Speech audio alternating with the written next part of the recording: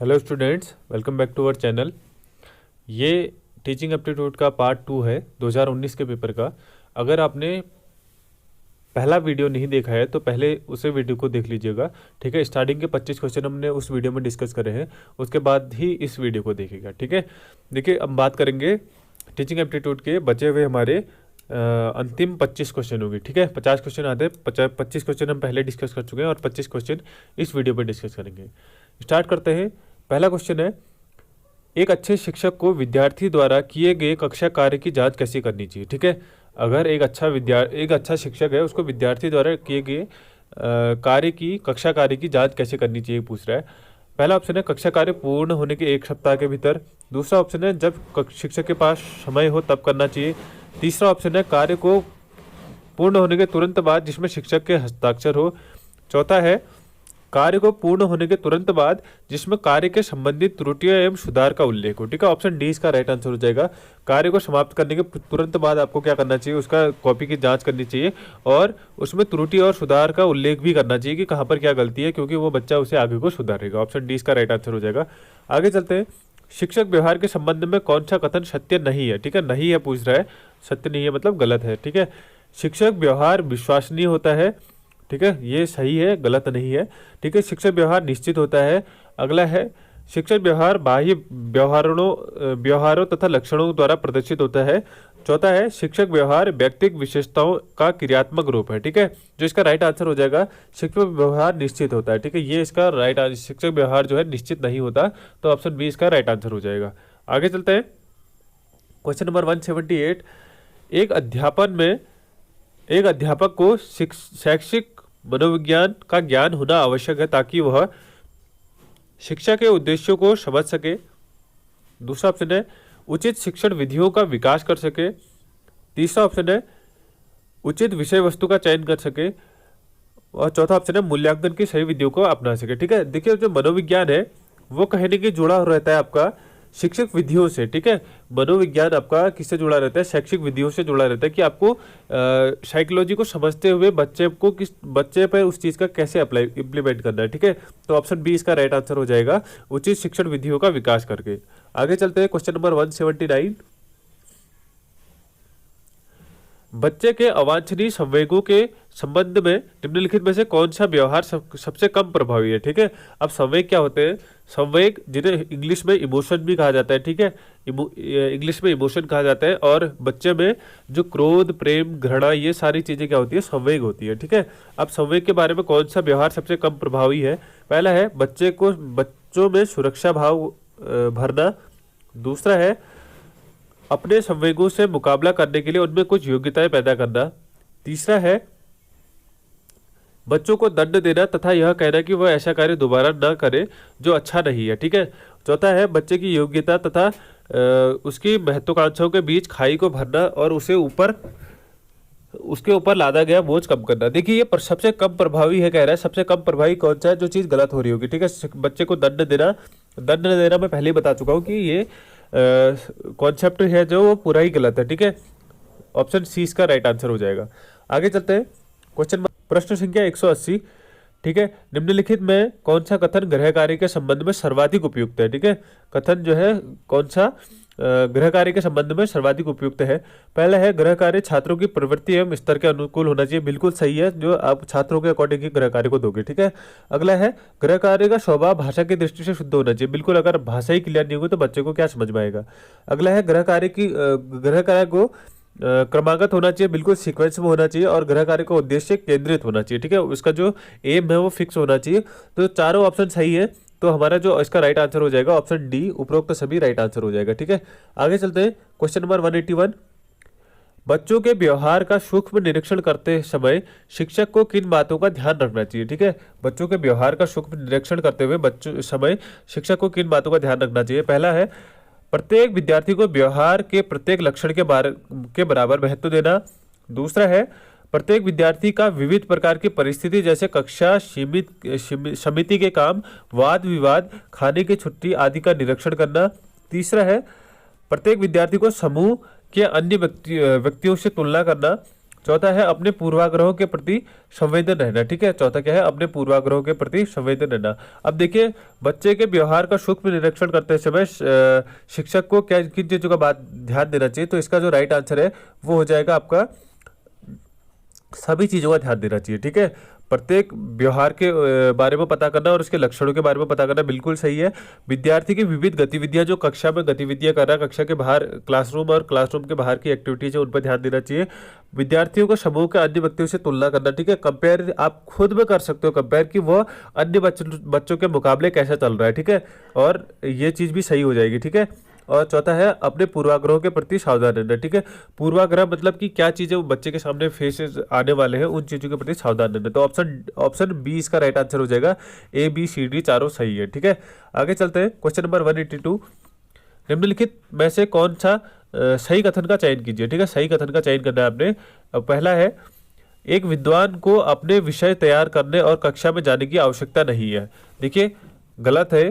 ठीक है, अब विद्वान है, उसको भी अपना सिलेबस जो है तैयार करना पड़ता है और कक्षा में जाने की आवश्यकता नहीं है, ये गलत है। ठीक है, दूसरा है, अनुभवी अध्यापकों के लिए यह आवश्यक नहीं है कि वह कक्षा में जाने से पूरी तैयारी करें। ये भी गलत है। आपको क्लासरूम प्रोसेस से पहले की प्लान करना पड़ेगा कि क्या क्या चीज़ें आपने पढ़ानी है, ये चीज़ प्लान करने की जरूरत पड़ती है। ठीक है, अगला है, अध्यापक को अनुभव तथा विद्वता का विचार किए बिना कक्षा में हर बार जाने से पहले तैयारी करनी चाहिए। ठीक है, बिल्कुल ये सी इसका राइट आंसर हो जाएगा कि आपको क्लास में जाने से पहले उसकी तैयारी करनी पड़ेगी कि क्या चीज़ सही है और किस चीज़ का विचार किया जाना जरूरी है।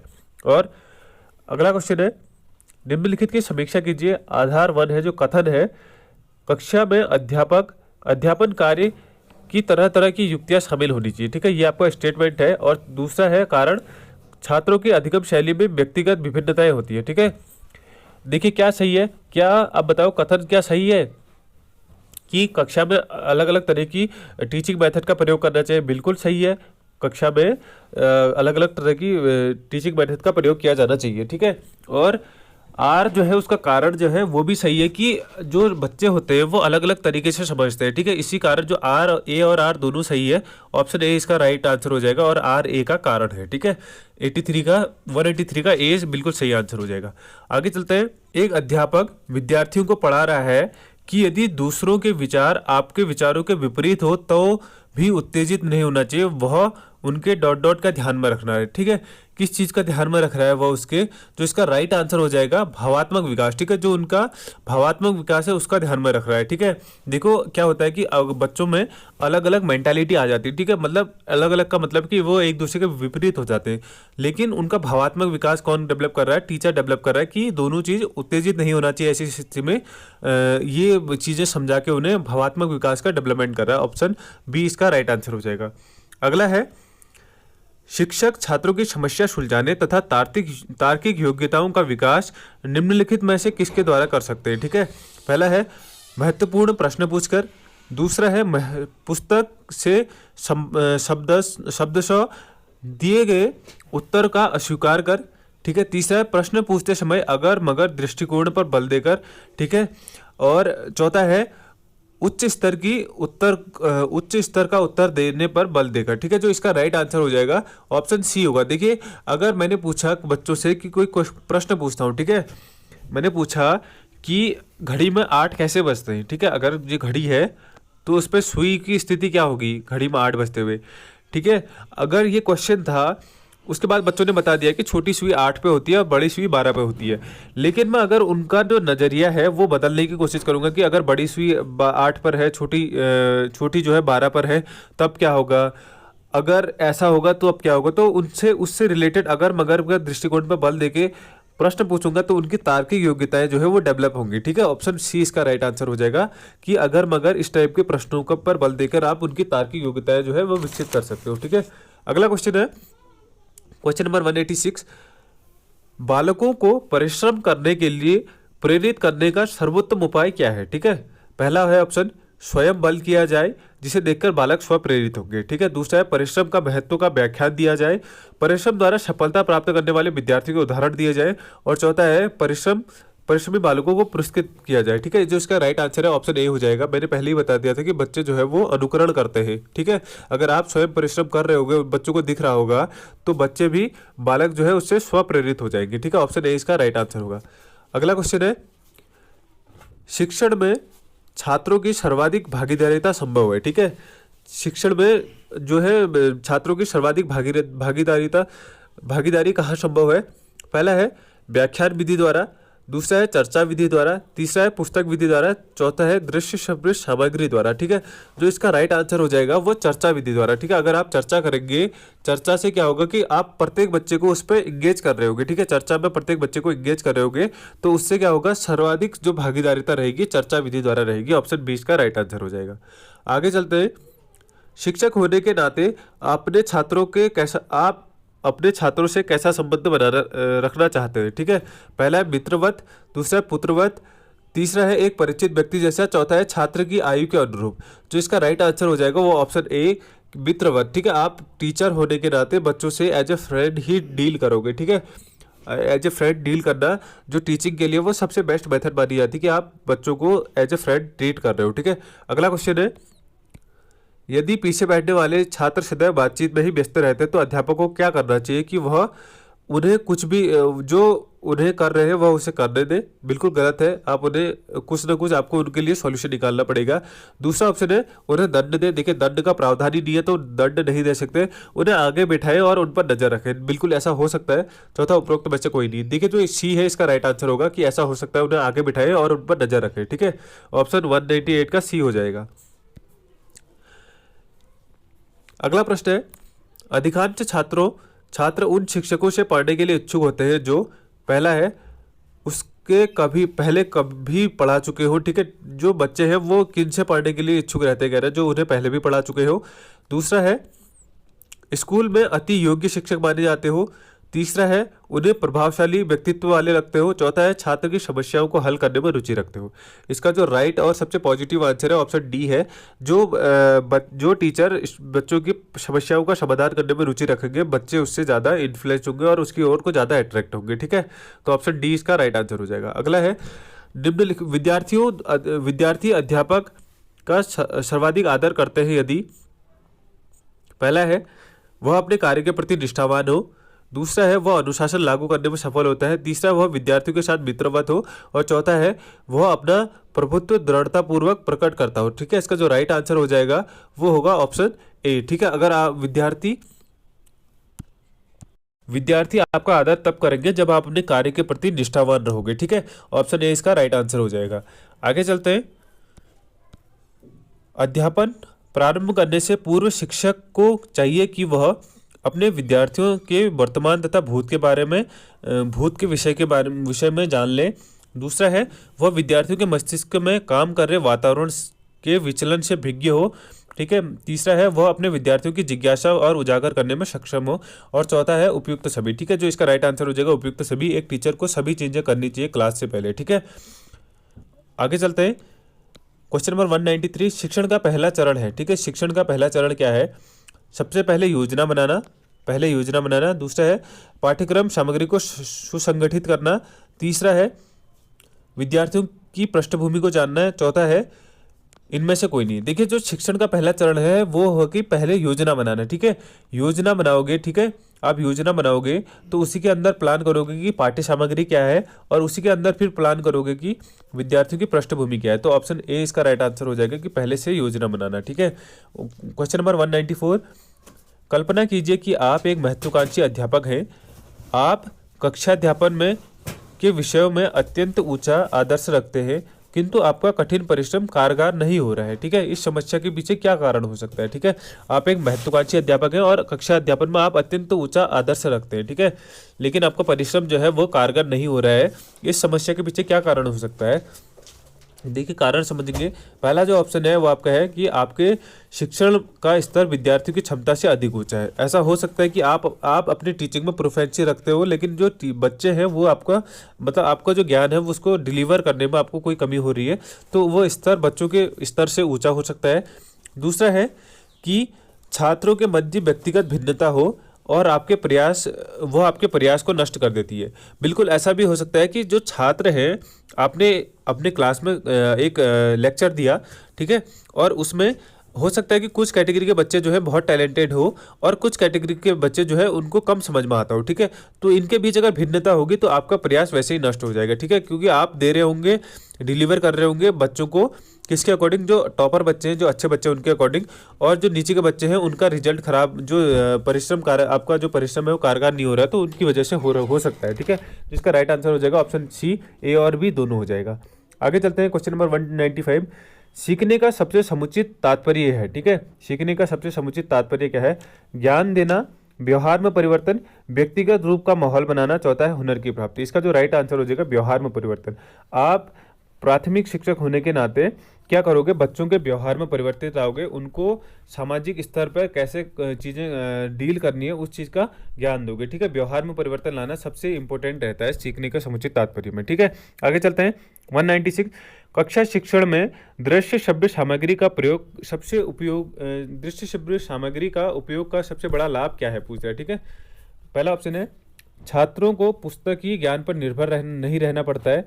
दूसरा है सीखना सरल और रोचक हो जाता है। तीसरा है सीखने का सारा दायित्व छात्रों पर निर्भर होता है। और चौथा है छात्रों को कम अध्ययन करना पड़ता है, ठीक है। जो इसका राइट आंसर हो जाएगा वो हो जाएगा ऑप्शन बी, ठीक है। अगर आप कुछ जैसे आपने कोई चीज़ पढ़ानी है, आप उसे प्रोजेक्टर में पढ़ा रहे हो, ठीक है, प्रोजेक्टर टीवी में पढ़ा रहे हो, तो बच्चे जो है पहली चीज़ उस चीज़ को लेकर इंटरेस्टेड रहते हैं कि यार हाँ आज प्रोजेक्टर में पढ़ना है, या वीडियोग्राफी देखनी है, या ऑडियो सुननी है, तो इससे सीखना सरल और रोचक हो जाता है, ठीक है। आप वीडियो के थ्रू एक्सप्लेन उसे अच्छे से कर सकते हो। आगे चलते हैं, शिक्षक को आशावादी क्यों होना चाहिए, ठीक है। शिक्षक को आशावादी क्यों होना चाहिए कह रहा है। पहला है कि वह विनोद प्रिय बन सकेगा। दूसरा है वह अपने छात्रों को भी आशावादी बना सकेगा। तीसरा है वह छात्रों की अच्छी आदत डाल सकेगा। और चौथा है कि वह कक्षा में को अनुशासन प्रिय बना सकेगा। इसका जो राइट आंसर है ऑप्शन बी हो जाएगा, क्योंकि वह अपने छात्रों को भी आशावादी बना सकेगा। इस पेपर में तीसरी बार ये क्वेश्चन आ रहा है। लगभग जो टीचर को बच्चे से साथ कनेक्शन जो है वो इस बेस पे बता रहा है कि बच्चे जो है वो कॉपी करने वाले होते हैं, ठीक है। अगर आप खुद आशावादी हो गए तो बच्चे भी क्या हो गए? आशावादी बनेंगे, ठीक है। ऑप्शन बी इसका राइट आंसर हो जाएगा, क्योंकि बच्चे क्या करते हैं? अनुकरण करते हैं। मैं पहले ही बता चुका हूँ, बच्चे अनुकरण करते हैं आपकी गतिविधियों का, ठीक है। ऑप्शन 20 का राइट आंसर होगा। आगे चलते हैं, शरारती छात्रों के साथ शिक्षक का व्यवहार क्या होना चाहिए, ठीक है। जो बच्चे शरारत करते हैं उनके साथ शिक्षक का व्यवहार क्या होना चाहिए। पहला है कठोर, विनम्र केवल दृढ़ किंतु दृढ़, तटस्थ और सहानुभूतिपूर्ण। इसका जो राइट आंसर हो जाएगा विनम्र और दृढ़, ठीक है। विनम्र मतलब आपका जो नेचर है वो सभी के लिए समान होना चाहिए, ठीक है। और दृढ़ भी होना चाहिए। दृढ़ मतलब कि आपको जो है उनकी एक्टिविटीज को ध्यान में रखते हुए उसके हिसाब से डिसीजन लेना चाहिए, ठीक है। ऑप्शन बी इसका राइट आंसर हो जाएगा। अगला है कक्षा शिक्षण की व्यवस्था निर्भर करती है, ठीक है। कक्षा में जो शिक्षण है वो व्यवस्था किस पर निर्भर करती है? प्रधानाचार्य की शैक्षिक योग्यता पर? बिल्कुल नहीं हो सकता। प्रधानाचार्य ने कैसा पढ़ाया, क्या पढ़ाया, इस पर डिपेंड करती ही नहीं है, ठीक है। ऑप्शन ए नहीं होगा। ऑप्शन बी की है शिक्षक की व्यावसायिक निपुणता पर। तीसरा है अन्य शिक्षकों के सहयोग पर। चौथा है विद्यालय की साज सज्जा पर। देखिए साज सज्जा जरूरी नहीं है क्लास में, ठीक है। अगला है अन्य शिक्षक के सहयोग पर। अन्य शिक्षक क्या कर रहे हैं उसके आपका सहयोग हो ना हो उससे आपका फर्क नहीं पड़ना चाहिए। इसका जो राइट आंसर होगा शिक्षक की व्यावसायिक निपुणता। व्यवसाय क्या है उसका? टीचिंग ही है व्यवसाय, तो उसकी निपुणता पर कक्षा का शिक्षण प्रभावित व्यवस्था जो है निर्भर करती है, ठीक है। अगला क्वेश्चन और अंतिम क्वेश्चन इस वीडियो का, यदि छात्रों का शैक्षिक रिकॉर्ड अत्यधिक उत्तम है, ठीक है, तो शिक्षक को निम्नलिखित कार्य करने की आवश्यकता है, ठीक है। शैक्षिक रिकॉर्ड बहुत अच्छा है तो शिक्षक को क्या करना चाहिए? पहला है कि वह केवल छात्रों को अधिगम प्रणाली में के खोजने में सहायक करे और उन्हें संदर्भ सूची प्रदान करे। दूसरा है छात्रों को प्रस्तुतिकरण में मदद करे किंतु उन्हें उसकी तैयारी स्वतंत्र रूप से करने को कह दे। अगला है छात्रों को स्वयं तैयार करने के पर्याप्त अवसर दें ताकि वह स्वनिर्देशित होने दें, ठीक है। छात्रों को स्वयं तैयार करने के पर्याप्त अवसर दें तथा उन्हें स्वनिर्देशित होने दें, ठीक है। और अगला है छात्रों की तैयारी पाठ्यपुस्तकीय मात्र तो नहीं है, इसका निरीक्षण करें, ठीक है। जो इसका राइट आंसर होगा, देखिए क्या होगा, अगर जो बच्चे हैं शैक्षिक रिकॉर्ड बहुत उत्तम है, ठीक है, उसके बाद क्या होगा, उसके बाद आप छात्रों को खुद से तैयार करने का पर्याप्त अवसर दोगे, ठीक है, खुद से किसी चीज़ को प्लान करने का पूरा अवसर दोगे और उन्हें स्वनिर्देशित होने के लिए कहोगे, ठीक है। स्वनिर्देशित मतलब पूरी प्लानिंग जो है उसको उनके अकॉर्डिंग होनी चाहिए, पूरी प्लानिंग बच्चों के अकॉर्डिंग होनी चाहिए कि स्वनिर्देशित होंगे उस चीज़ के लिए, ठीक है। ऑप्शन सी इसका राइट आंसर हो जाएगा। ये थे टीचिंग एप्टीट्यूड के आखिरी के 25 क्वेश्चन 2019 के पेपर के साथ, ठीक है। इसी के साथ 2019 का पेपर भी हमारा कंप्लीट हो गया। अगर आपने पुरानी वीडियो नहीं देखे तो प्लेलिस्ट में पड़ी हुई है, मैथ्स, रीजनिंग, टीचिंग एप्टीट्यूड और जीके सभी वीडियो प्लेलिस्ट में पड़ी हुई है। अगर आपको वीडियो पसंद आए तो वीडियो को लाइक करेगा, चैनल को सब्सक्राइब करेगा और शेयर करेगा वीडियो को उन दोस्तों के साथ जो डीएलएड की तैयारी कर रहे हैं। और हाँ, टेलीग्राम ग्रुप पर जुड़ना मत भूलिएगा, जहाँ पर previous year paper, live classes और जितने भी स्टडी मटेरियल है वो सभी चीज़ें फ्री पे प्रोवाइड करवाई जा रही है। थैंक्स फॉर वॉचिंग, मिलते हैं नेक्स्ट वीडियो पर, तब तक के लिए बाय।